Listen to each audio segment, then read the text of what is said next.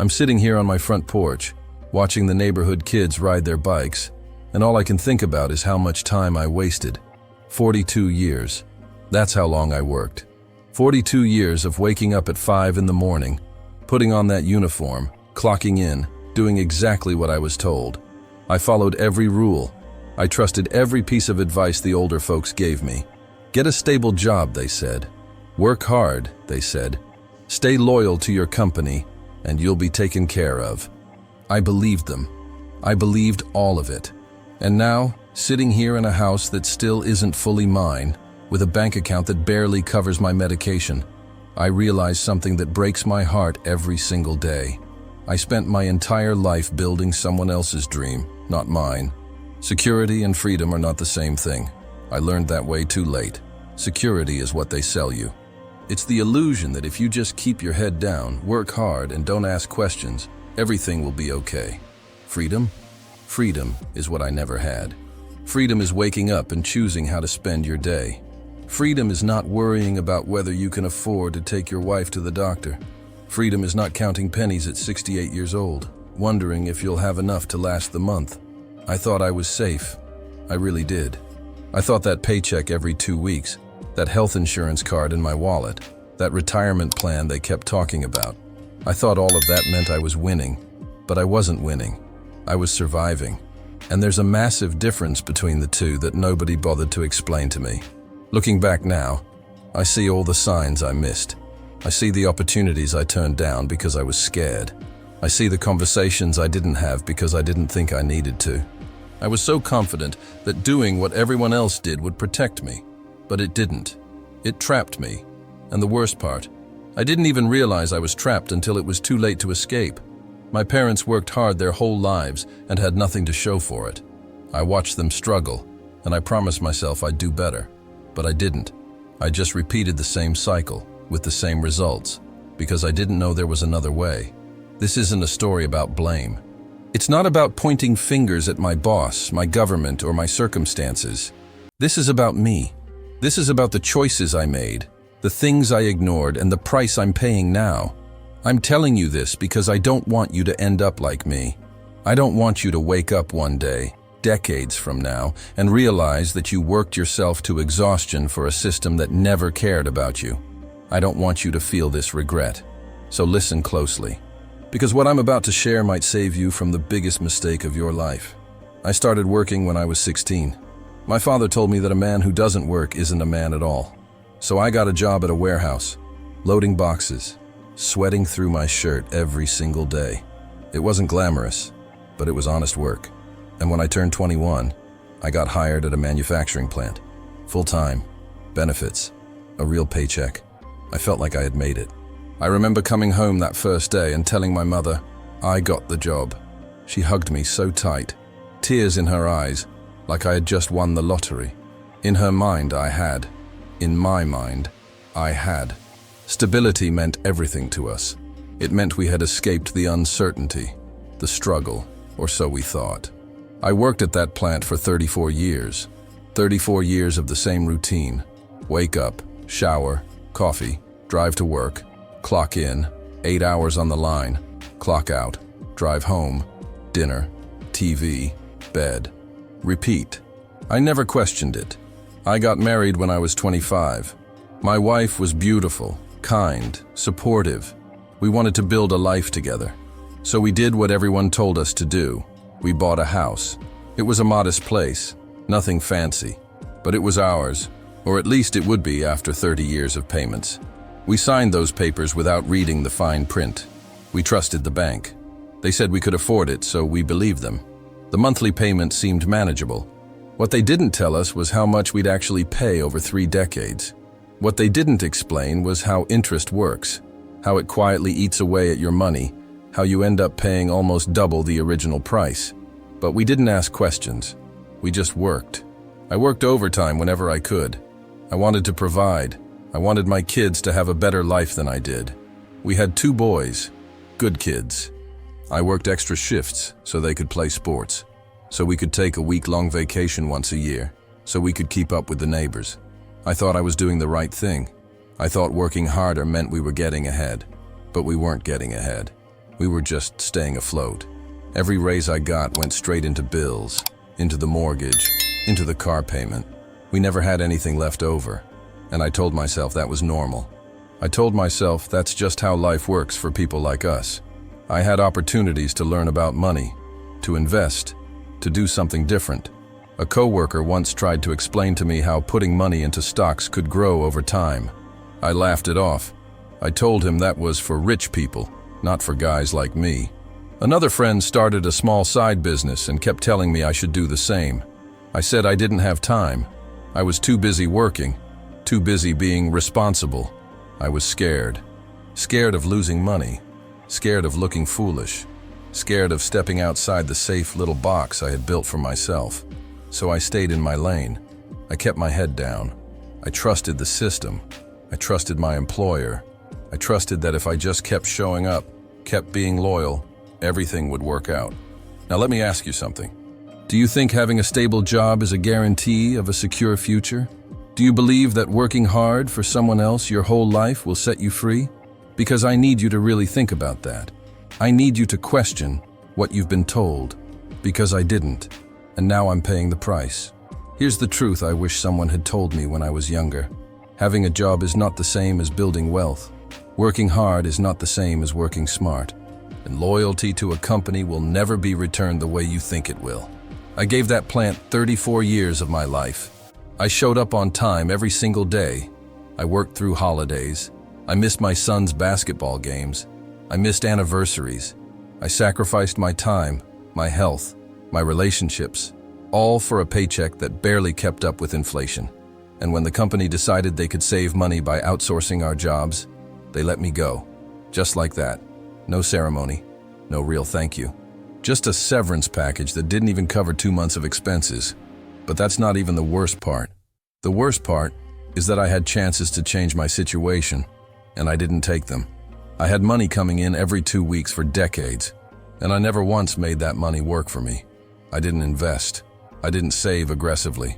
I didn't educate myself about finances. I just spent everything I made, thinking that as long as I kept working, more money would keep coming. I thought my retirement plan through the company would take care of me. I thought Social Security would be enough. I thought the government would protect me. I was wrong on all counts. When I was in my 30s, I could have started putting money aside, even small amounts, into investments. If I had invested just $100 a month back then, by now, that could have grown into a significant amount. But I didn't. I thought it was too risky. I thought I needed that money for immediate expenses. I thought I had plenty of time. I kept telling myself, I'll start next year. I'll start when I get that raise. I'll start when the kids are older. Next year never came. The raise got swallowed by bills. The kids grew up, and I was still broke. I watched friends of mine take risks. I watched them buy rental properties, start businesses, invest in the stock market. Some failed, some succeeded, but all of them learned. All of them grew. And most of them ended up far better off than me. I stayed comfortable. I stayed scared. And comfort and fear are the two things that will rob you of your future faster than anything else. I convinced myself that being cautious was being wise, but I was just being paralyzed. I let decades slip by without ever taking control of my financial life. I let other people, my boss, my bank, the government, make decisions for me. And those people didn't care about my family. They didn't care about my dreams. They cared about their profits, their systems, their control, and I handed them my entire life on a silver platter. Before I continue, I need to stop and say something. If you're still watching this, thank you, truly. Thank you for giving me your time, for listening to an old man's regrets. What I'm about to tell you next is the hardest part of this story. It's the part that keeps me up at night. It's the part I wish I could go back and change, but I can't. So please, stay with me, because the most important lesson is still coming, and it might just change everything for you. I retired at 62. I thought I had earned it. I thought I could finally relax, enjoy life, spend time with my wife, maybe travel a little. But retirement wasn't what I imagined. My pension was much smaller than I expected. Social Security barely covered our basic bills. The house still had 8 years of payments left. We still had debt. Credit cards we had used over the years for emergencies, medical bills, car repairs. I thought those things would be paid off by now. They weren't. And suddenly, the reality hit me like a freight train. I couldn't afford to retire. So I went back to work. Not at the plant. That job was gone. I started doing odd jobs. Handyman work, deliveries, anything I could find. At 62, 63, 64 years old, I was still hustling just to make ends meet. My body hurt. My knees ached from decades of standing on factory floors. My back was shot, but I had no choice. My wife and I needed the money, and then she got sick. Diabetes, high blood pressure, and then a stroke. The medical bills started piling up. Insurance covered some of it, but not nearly enough. I watched our savings, what little we had, disappear in a matter of months. My sons tried to help, but they were struggling too. They had their own families, their own mortgages, their own debts. They were caught in the same cycle I was. I had worked my whole life hoping to leave something behind for them, to give them a better start. Instead, I had nothing to give. Worse than that, I became a burden. They helped pay for their mother's medication. They helped with our bills. And I felt like a failure. I still feel like a failure, because I should have known better. I should have prepared. I should have educated myself, but I didn't. There were nights I sat at our kitchen table, surrounded by bills and bank statements, and I cried. I'm not ashamed to admit that. I cried because I realized I had wasted my entire life chasing a lie. The lie that hard work alone would be enough. The lie that the system would take care of me. The lie that I was safe. I wasn't safe. I was vulnerable. I was one emergency away from disaster my entire life, and I never even knew it. My wife looked at me one night, her hand shaking from the stroke, and she said, "We did everything right. Why are we still struggling?" And I had no answer. Because we did do everything we were told to do. We worked hard. We paid our taxes. We stayed out of trouble. And we still ended up here. The regret is unbearable. Not just financial regret, life regret. I missed so much. I missed watching my kids grow up because I was always working. I missed quiet mornings with my wife because I was always exhausted. I missed living because I was too busy surviving. And for what? For a retirement that isn't really retirement? For a house that still isn't paid off? For a legacy of debt and struggle that my kids are now inheriting? I don't just regret my financial decisions. I regret my entire approach to life. I regret believing that security was the same as freedom. I regret not taking risks. I regret not asking questions. I regret not waking up sooner. If I could go back, I would do everything differently. I would educate myself about money from day one. I would read books, take classes, ask questions, find mentors. I would learn how interest works, how investments grow, how wealth is actually built.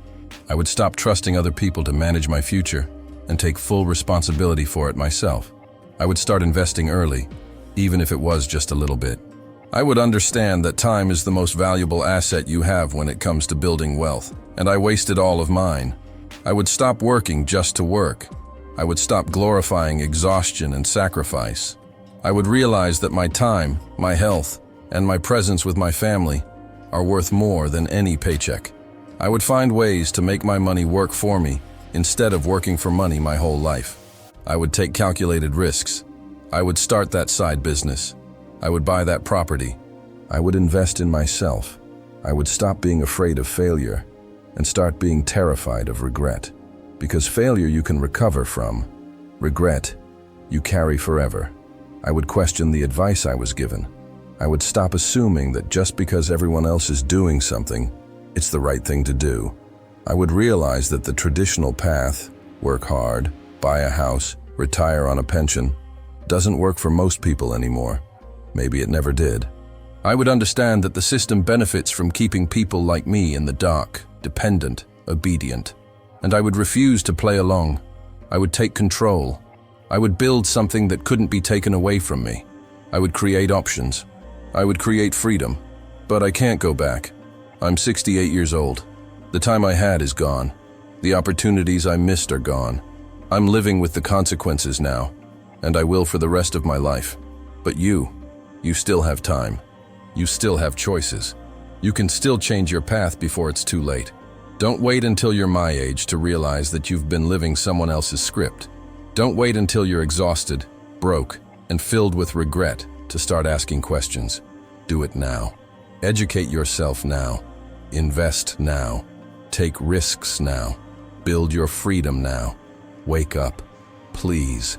Wake up before you spend 40, 50 years of your life making other people rich while you stay poor. Wake up before you realize that the security you've been chasing was just a cage. Wake up before you're sitting on a porch at 68, looking back on a life you didn't really live, wishing you had done things differently. Don't be me. Don't make my mistakes.